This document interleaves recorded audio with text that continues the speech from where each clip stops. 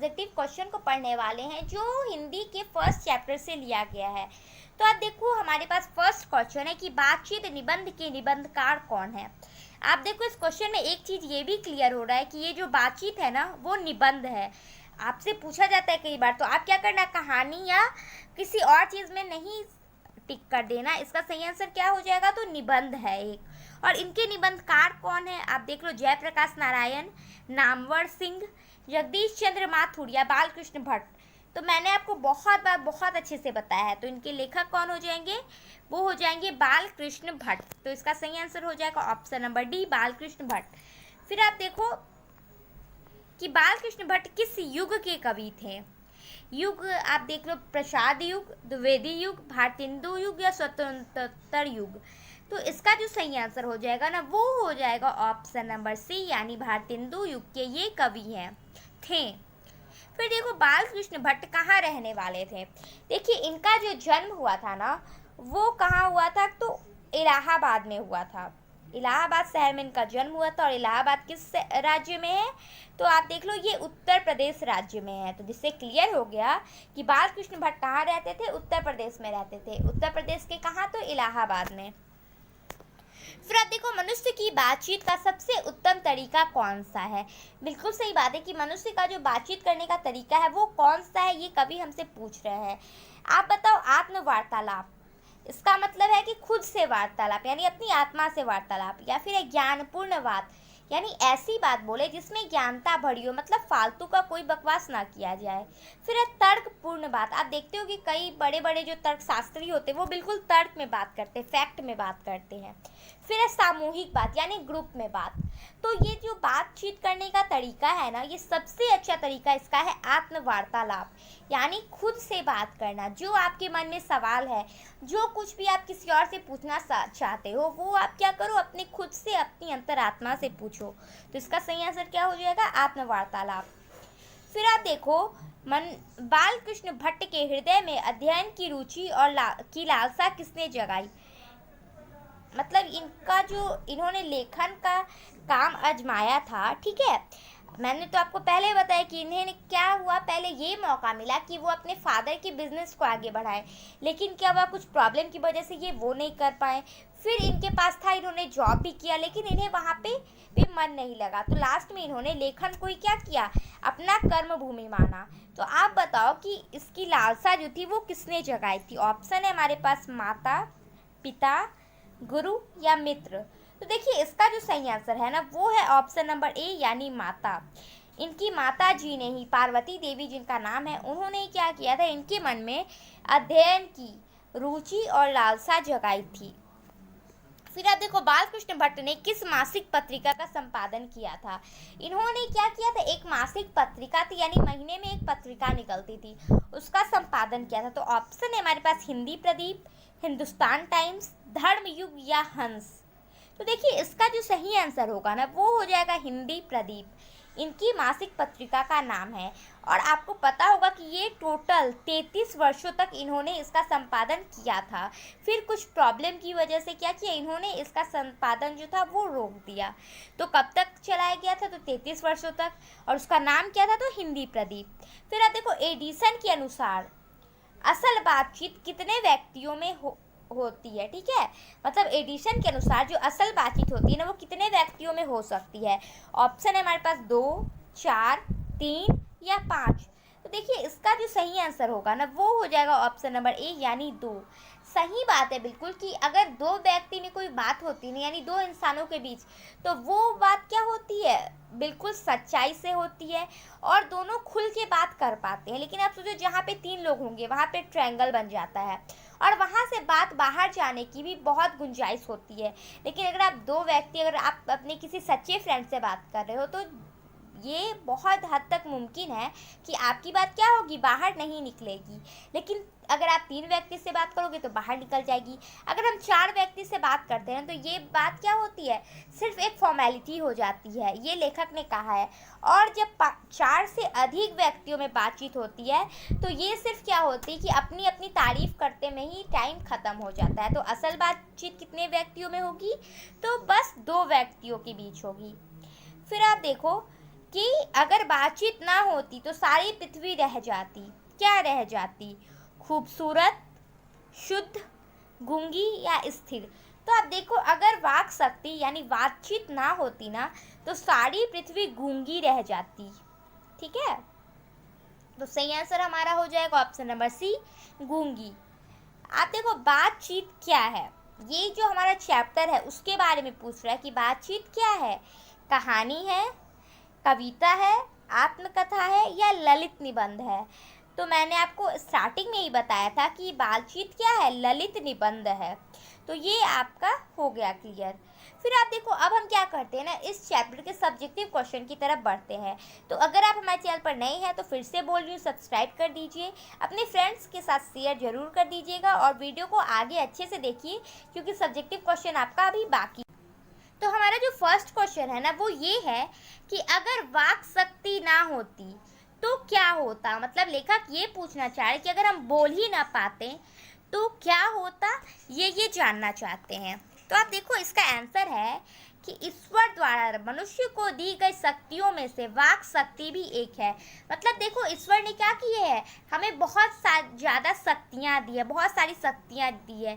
जैसे श्रवण शक्ति यानी सुनने की शक्ति, बोलने की शक्ति, टेस्ट करने की शक्ति, ठीक है, स्मेल करने की शक्ति, देखने की शक्ति। तो इसी में से क्या है कि वाक शक्ति यानी बोलने की शक्ति भी एक है इसमें से।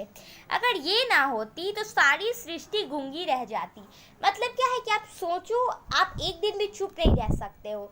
अगर आप एक दिन चुप होके देखो, आप भी चुप हो जाओ और आपके आसपास मतलब सब लोग अगर शांत हो जाएं तो आप सोच सकते हो कैसा सीन क्रिएट हो जाएगा। मतलब बिल्कुल कुछ भी चीज़ में मज़ा ही नहीं आएगा, सब लोग शांत हो जाएंगे। तो क्या होती, सारी सृष्टि गूंगी रह जाती और लोग लुंज पुंज से कोने में बैठा दिए जाते। और लोग क्या करते, बिल्कुल लुंज पुंज से, मतलब उनमें लगता है जान ही नहीं होती। अगर हम बोल नहीं पाते, आप सोचो कि बिना बोले हमारा क्या हाल होगा। तो ऐसे में क्या होता ना कि लोग अपने सुख दुख को, मतलब वो जो सुख दुख अनुभव करते, अगर मैं बहुत खुश होती हूँ तो भी क्या करूँगी, मैं किसी को बोल के बताऊंगी कि मैं खुश हूँ, या मैं कुछ बोलूँगी तब तो पता चलेगा ना मैं खुश हूँ। या फिर अगर मैं सैड होंगी तभी कुछ बोलूँगी। लेकिन आप सोचो, अगर मैं बोलूँ ही नहीं तो फिर ये क्या है, मज़ा ही नहीं आएगा। तो वही बात है कि क्या हो जाएगा कि सारे लोग क्या होंगे, लुंज पुंज से कोने में बैठा दिए जाएंगे और वो अपने सुख दुख के अनुभवों को ना आपस में कह सकेंगे ना ही सुन सकेंगे। और उनके जो सुख दुख के अनुभव होंगे ना वो उन्हें ना आपस में कह पाएंगे और ना ही सुन पाएंगे। तो ये होगी अगर वाक शक्ति ना होगी तो आंसर आप यहाँ से देख लेना, स्क्रीनशॉट ले लीजिए अच्छे से। तो चलिए, आपने ले लिया स्क्रीनशॉट। अब क्या करो, आप अपना फेयर बनाते जाना। फिर देखो, बातचीत के संबंध में बेन जॉनसन और एडिसन के क्या विचार थे। देखिए, चैप्टर में मैंने आपको बताया था कि जो बेन जॉनसन है और जो एडिसन है उन्होंने बातचीत पे अपने अपने विचार रखे थे। आप देखो, यहाँ पे एडिशन में ये वाला स होगा, ठीक है। क्या होता है, कभी कभी बहुत ज़्यादा टाइपिंग करनी होती है तो कुछ मिस्टेक हो जाती है। तो ये मैंने आपको बता दिया, करेक्ट कर लेना। तो देखिए, बातचीत के बारे में इन्होंने क्या कहा है कि बातचीत के संबंध में बेन जॉनसन का विचार है कि बोलने से मनुष्य के रूप का साक्षात्कार होता है। मतलब कि आप सोचो, कोई इंसान जब बोलता है, आप किसी को देखते हो फर्स्ट ऑफ ऑल, तो आप सिर्फ देखोगे लेकिन उसके बारे में कुछ जानोगे नहीं। कब तक, जब तक वो कुछ बोलेगा नहीं। क्या होता है कि आपके बोलने से आपकी पर्सनालिटी, आपके बारे में बहुत कुछ पता चल जाता है। तो बोलने से ही क्या होता है कि मनुष्य के रूप का साक्षात्कार होता है। ये किसने कहा था, तो बेन जॉनसन ने कहा था। बिल्कुल रट लीजिए, ये एग्जाम में पूछा जाता है। फिर देखिए एडिशन, ये आपको करेक्ट कर लेना है एडिशन में, ठीक है। फिर है कि एडिसन का क्या कहना था। आप देखो कि असल बातचीत केवल दो व्यक्तियों में ही होती है। मैंने ऑब्जेक्टिव में भी ये आपको बताया है कि आप देखो, अगर दो से ज़्यादा व्यक्ति होंगे, यानी अगर 3 व्यक्ति होंगे तो वहाँ पे ट्रायंगल बन जाएगा, ठीक है। और क्या हो जाएगा कि कोई बात जो होगी वो बाहर जाने की गुंजाइश हो सकती है। मतलब आप सोचो, अगर आप दो सच्चे दोस्त आपस में बात करते हैं तो उनका जो सीक्रेट होता है ना वो उनके ही बीच में रह जाता है। लेकिन अगर वो 3 लोग बात करेंगे ना तो एक ना एक के मुंह से वो बात बाहर चला ही जाता है। तो ये बात है। अगर 4 व्यक्ति होंगे तब क्या होगा ना कि लोग क्या करेंगे, सिर्फ ये एक तरह का क्या हो जाएगा, फॉर्मेलिटी हो जाएगी। मतलब बस लोग एक दूसरे को अच्छा फील हो इस तरह की बातें करेंगे, वहाँ पे असल बातचीत नहीं होगी। और जब 4 से अधिक व्यक्ति हो जाएंगे ना, तब वो बातचीत रहेगी ही नहीं, वो क्या हो जाएगी, राम मनोबल हो जाएगी। मतलब सिर्फ ऐसे ही बेतुक की बात होगी। तो ये एडिसन का कहना है कि असल बातचीत कहाँ होती है, सिर्फ 2 व्यक्तियों के बीच होती है। तो देखो आंसर तो मैंने आपको अच्छे से बता दिया है बोल के, लेकिन क्या है कि एग्जाम में आपको देखना है कि कितने नंबर में पूछ रहा है। अगर 2-3 नंबर में पूछेगा तो आप इतना ही लिखोगे, काफ़ी है। अगर उससे ज़्यादा पूछा तो मैंने अभी आपको बताया कि 3 व्यक्ति में क्या होगा, 4 व्यक्ति में क्या होगा और 4 से अधिक व्यक्तियों में क्या होगा।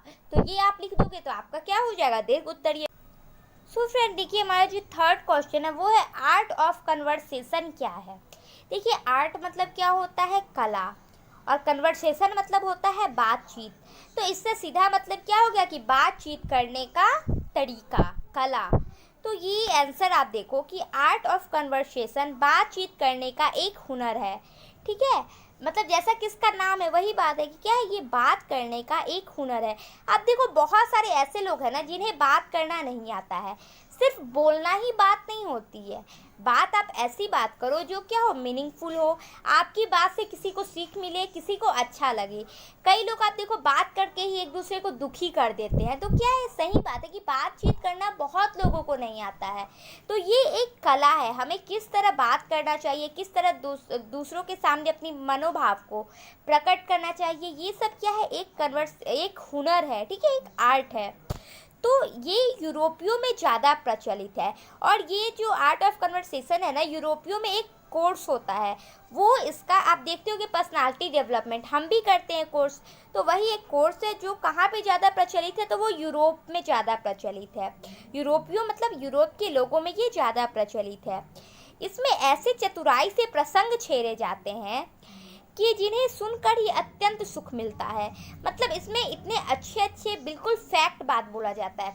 मतलब देखिए बातचीत का ये मतलब नहीं कि ना कि मैं एक ही बात को बोलने के लिए लंबा चौड़ा उसको 5 मिनट का भाषण दूँ, ऐसा नहीं है। आप उसको बिल्कुल शॉर्ट में मीनिंगफुल बात अगर आप बोलो तो वही क्या होता है, असल बातचीत होती है, बात होती है। तो वही है कि इसमें क्या किया जाता है, ऐसे चतुराई से प्रसंग छेड़े जाते हैं जिन्हें सुनकर ही अत्यंत सुख मिलता है। अब देखो कई ऐसे स्पीकर होते हैं ना जिनकी बात सुनकर आप देखो उनका वीडियो बहुत लंबा नहीं होता है, लेकिन फिर भी आपको सुनने में बहुत अच्छा फील होता है। तो वही बात है, इसमें इसे सुहृद गोष्ठी भी कहते हैं।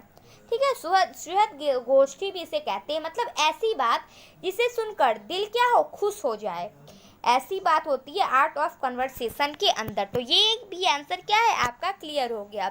और ये भी आपके लघु में ही पूछा जाता है, यहाँ पे बातचीत है। ठीक है, बातचीत। तो पूछा गया है कि मनुष्य के बातचीत का उत्तम तरीका क्या हो सकता है, इसके द्वारा वह कैसे अपने अंदर की सर्वथा नवीन संसार की रचना कर सकता है।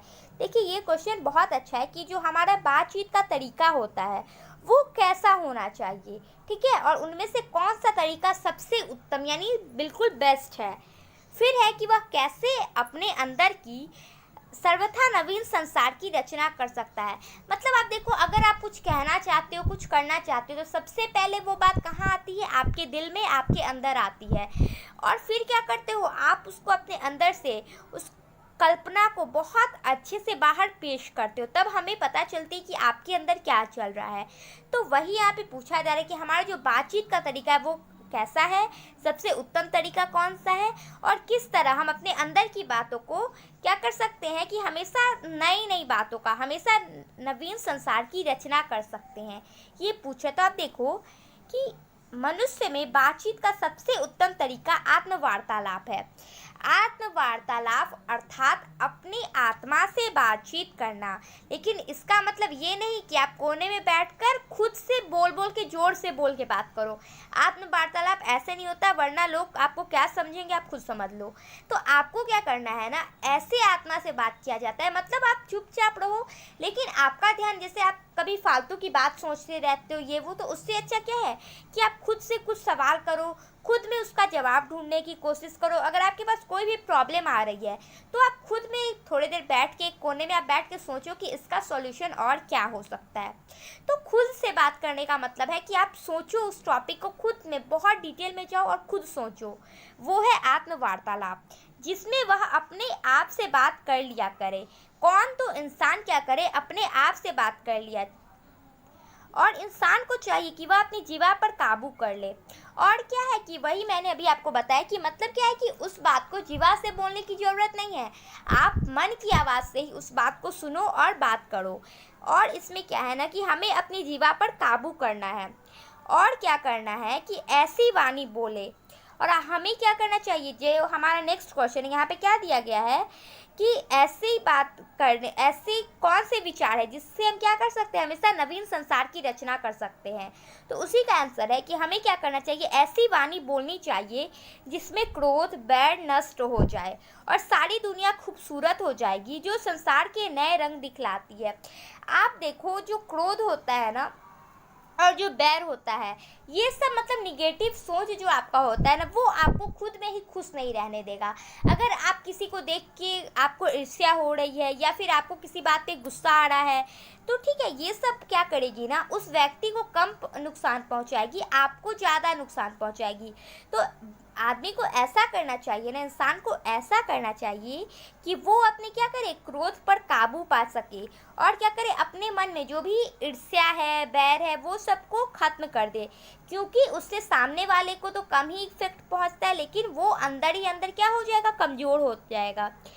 तो अगर आप ऐसे करोगे ना कि आपके मन में कोई भी निगेटिव थिंग्स ना रहेगी, ठीक है, निगेटिव सोच ना रहेगी, तो क्या होगा ना कि आपको सारी दुनिया खूबसूरत लगेगी और आपके अंदर ही नए संसार का रंग दिखने को मिल जाएगा। तो ये हमारा आंसर हो गया। आपको अच्छे से समझ में आ गया होगा, तो आप अच्छे से देख लो, स्क्रीनशॉट ले लो यहाँ पे और अपनी कॉपी में क्या करना है, इसे नोट कर लेना। फिर अब देखो, जो हमारा फोर्थ क्वेश्चन है वो क्या है, व्याख्या करें। मतलब यहाँ पे कुछ लाइन दिया रहता है और ऐसे क्वेश्चन एग्जाम में पूछे जाते हैं। दो कुछ इस तरह का क्वेश्चन पूछा जाता है कि व्याख्या करने वाला। तो आप देखो, इस चैप्टर में ही दो आपसे पूछा गया है। पहला क्या है कि हमारी भीतरी मनोवृत्ति प्रति क्षण नए नए रंग दिखाया करती है। मतलब क्या है, आप सोचो, आपके मन में जो विचार आते हैं ना, वो हमेशा एक से नहीं आते हैं। आप एक ही चीज़ पे, मतलब आपका अगर आज इस बात पे ये मत रहेगा ना, तो कल होके परसों के आपका खुद का डिसीजन चेंज हो जाता है। तो हमारी जो मन की वृत्ति होती है ना, ये प्रति क्षण नए नए रंग दिखाया करती है और वह प्रपंचात्मक संसार का एक बड़ा भारी आईना है। ठीक है, ये जो प्रपंचात्मक संसार है, यानी जो प्रपंचों वाला संसार है, इसका एक बहुत बड़ा आईना है। कौन? तो हमारा मन, जिसमें जैसा चाहो वैसी सूरत देख लेना, कोई दुर्घट बात नहीं है। और सही बात है, आप वैसा ही देखते हो, आपके आसपास बिल्कुल वैसी ही चीज़ घटेगी ना जैसा आप सोचते हो। अगर आप चाहते हो ना कि आपका क्या हो, माहौल चेंज हो, तो सबसे पहले आपको अपने अंदर का माहौल चेंज करना होगा।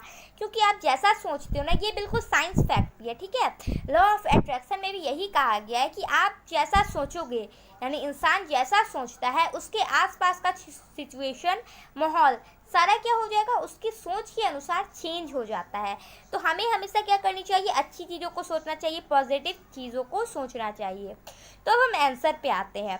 तो देखिए, ये जो व्याख्या करने वाला आंसर होता है ना, इसे हम डायरेक्ट नहीं लिखते हैं। तो इसे लिखने का एक तरीका होता है। आपके स्टार्टिंग में क्या लिखना होगा, आप देखो, जैसे प्रस्तुत पंक्ति लेखक बालकृष्ण भट्ट द्वारा रचित बातचीत शीर्षक निबंध से लिया गया है। ठीक है, ये इस चैप्टर का है, तो हमने इस चैप्टर के लेखक और इस चैप्टर का बात किया है। अगर ये दूसरे चैप्टर में ये क्वेश्चन है, तो वहाँ पे हम क्या करेंगे कि लेखक का नाम और चैप्टर का नाम उस आधार पे चेंज कर देंगे। तो ये तो आपको समझ में आ गया कि प्रस्तुत पंक्ति लेखक बालकृष्ण भट्ट द्वारा रचित बातचीत शीर्षक निबंध से लिया गया है, जिसमें लेखक कहना चाहते हैं कि मनुष्य एक सामाजिक प्राणी है। मनुष्य क्या है, एक सामाजिक प्राणी है और भाषा उसके विचारों को अभिव्यक्त का एक माध्यम है। और जो हम बोलते हैं, ठीक है, हमारी जो भाषा है, वो हमारे मन के जो भाव है उसको व्यक्त करने का एक माध्यम है। क्योंकि आप जो सोचोगे वो आप कैसे बताओगे किसी को, तो आप बोल के बताओगे कि अच्छा, मेरा ये आइडिया है, मैं ये सोच रहा हूँ। तो ये क्या है, आपके विचार को व्यक्त करता है। लेकिन परंतु मनुष्य का मन बड़ा चंचल होता है। बिल्कुल सही बात है कि हमारा जो मन है वो बहुत चंचल होता है। यही चंचलता उसकी मित्रता और शत्रुता का कारण बनती है। और जो हमारा जो सोच है ये प्रतिक्षण जो बदलता है ना, यही हमारे दोस्त और हमारे दुश्मन को तय करता है। अगर आप सोचो, अगर आपको कोई मन में अच्छा लगेगा तो वो आपका क्या होगा, मित्र बनेगा, आप उसको दोस्त की तरह देखोगे। लेकिन सामने वाले की अगर आपको एक भी बात नहीं अच्छी लगेगी तो आप उसको क्या करोगे कि निगेटिव लिस्ट में डाल दोगे, मतलब शत्रु की तरह देखने लगोगे। तो ये किसके ऊपर डिपेंड करता है, आपके मन के ऊपर। आपके मन को अच्छा लगा तो वो दोस्त बन जाएगा, आपके मन को अच्छा नहीं लगा तो वो दुश्मन बन जाएगा।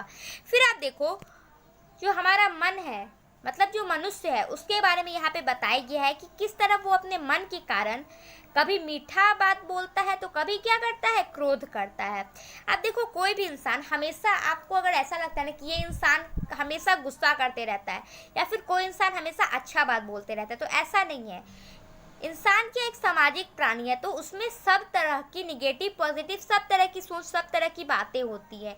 तो कोई भी इंसान क्या करेगा, कभी क्या करेगा, वो क्रोध करेगा तो कभी आपको मीठी वाणी बोलते हुए नजर आएगा। तो ऐसे में मनुष्य का असली चरित्र का पता नहीं चलता। और ये दोनों जो चीज होता है ना, इस दोनों के बीच में क्या होता है, मनुष्य का जो असली चरित्र है उसका पता ही नहीं चलता। आप देखो, अगर कोई इंसान ज़्यादा क्रोध करेगा तो आप उसको क्या करोगे, बिल्कुल उसी तरह से देखने लगोगे कि ये तो हर बातें गुस्सा करता है। अगर कोई हमेशा आपसे अच्छे से ट्रीट करेगा तो आप उसको वैसे ही देखोगे कि ये बहुत अच्छा इंसान है, ये क्या करता है, हमेशा अच्छी अच्छी बातें करता है, हमें अच्छे से ट्रीट करता है। तो देखो, ये जो बात है ना, आप सिर्फ उसकी बातों के अनुसार उसको जज कर रहे हो। तो अगर आप सिर्फ इसके अनुसार जज करने लगो ना, तो इससे क्या होगा ना, आपको असली चरित्र का पता ही नहीं चलेगा कि वाकई में वो इंसान अंदर से कैसा है। जैसे कई बार क्या होता है ना, जो इंसान बाहर से बहुत ज़्यादा क्रोध करता है वो अंदर से बहुत ज़्यादा सॉफ्ट होता है, ठीक है। और उसे सॉफ्टनेस को बचाने के लिए वो बाहर से क्या करता है कि क्रोध दिखाने की कोशिश करता है कि लोग उससे कहीं ना कहीं डरे या फिर उसकी बातों को क्या करे, माने। और जो मीठी वाणी बोलता है वो हो सकता है कि स्वीट पॉइजन हो, मतलब आपके मुंह पे तो अच्छी अच्छी बातें करेगा लेकिन पीठ पीछे जाके क्या करेगा कि आपके ही बारे में गलत बातें करने लगेगा।